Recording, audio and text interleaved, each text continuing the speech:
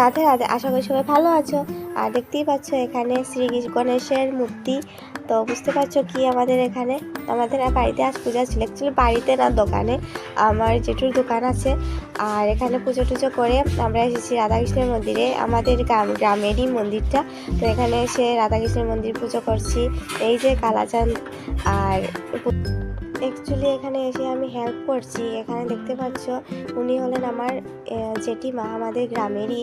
আর ওনাকে এসে হেল্প করছি। তাই এই যে মন্দিরে এসে উনি পূজা করেন, প্রত্যেক দিনই পূজা করেন। আর এদিকে ওদের দুষ্টুমি দেখতে পাচ্ছ, যেখানে যায় দুষ্টুমিটা এটা মাছ থাকবেই।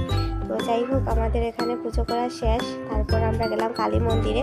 কালী মন্দিরে গিয়ে সবাই তো মন্দিরে উঠে গেল, আর রয়ে গেলাম আমি আর কুটু। এখন আমরা উঠছি দুজন। আমার কুটু সোনা উঠতে পারছে না এত উঁচুতে, তাই আর সকাল থেকে ওরও খাওয়া হয়নি।